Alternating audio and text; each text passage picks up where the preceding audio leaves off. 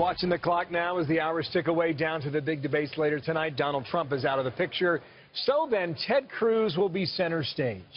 He could also be a bigger threat for the others as well. Rick Tyler, national spokesman for the Ted Cruz campaign for the White House in 2016. Nice to see you, Rick. And great to be here.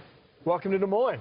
I'm happy to be here. Perhaps you should say welcome to Des Moines to us because you've been here Welcome longer. to Des Moines. Thank you for your time. Quinnipiac says this: I don't think there's any doubt that Iowa is make or break for Ted Cruz.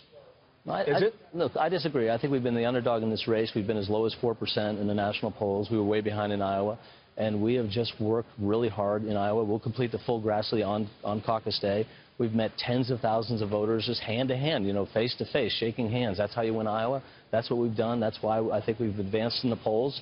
And so we're looking forward to a win. I think we've got an unbelievable ground game. So we're How excited. many employees? I heard 9,000. Is that right or not? We have, not employees, we have over 12,000 volunteers. We got over 800 who are staying at a little place not far from here called Camp Cruz. It's 2 dorms, and people are tripled up with air mattresses, and they're making it an Iowa experience, and they're helping us turn out voters. Yeah, the full Grassley, by the way, is a reference to Senator Chuck Grassley. That's right. 99 counties throughout He the does state it every of year. Iowa.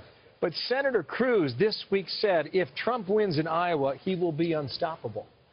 It could be. So that's why we want to win Iowa. We want to stop him right here in Iowa and reverse his momentum. And I think, you know, he's done great damage to himself by refusing to participate in the Iowa poll, in the Iowa debate tonight. Iowa's wanted a debate for a long time. They deserve to see all the candidates on the stage to make a side-by-side comparison. And for some reason, Donald Trump doesn't want that side-by-side comparison. It doesn't look like it's going to happen. But I think it was just yesterday you said Donald Trump will be at the debate. Mark my words. You know, you never know with Donald Trump. His behavior is often erratic. So, look, he could look his staff in the eye and say, hey, let's go to the debates, and Fox would welcome him. And so would we. We'd like him to come to the debate. He should participate. What is your sense about how Iowa reacts to his absence? Look, it's up to the Iowa voters, but I know that, you know, Iowans, they want to meet their candidates face-to-face. Big rallies are fine, but actually meeting people, getting a feel for the candidate, that's what Ted Cruz has done for over a year now. Donald Trump flies in, he does a big event, he might shake a few hands, and then he's off doing something else. And the debates really is where you can compare. It's like, you know, it's like comparing Pavarotti and pop stars, you know. When they're together, you see who's really good. And if he's not there, we can't compare. And so our guy will stand up great to Donald Trump, and he was not there. People won't see that. And so I want them to see that. I want to see the contrast.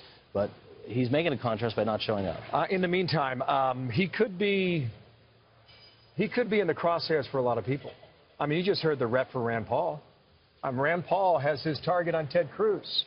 And you were just listening to Sergio Gore make his case? Yep. What's the answer to that? Well, I think, you know, look, a lot of these attacks on Ted Cruz have not been believable. And Ted Cruz is actually very likable and popular. And so the others will risk, if you attack from a point of weakness, everybody will see through that. They'll see what they're trying to do. They're trying to knock down Ted Cruz. But most of the things that I mean, all the things that I hear, you know, from ridiculous absurdities about eligibility to, you know, these are just absurd claims and no one believes them. And so when you make a claim that's unbelievable, voters can see right through that. We're going to see it tonight in prime time. Rick, right, thank you for your time today. I know you got a really long day, but thank you for spending a few moments with us. Appreciate it. Rick Tyler from the Cruz team. Thank you.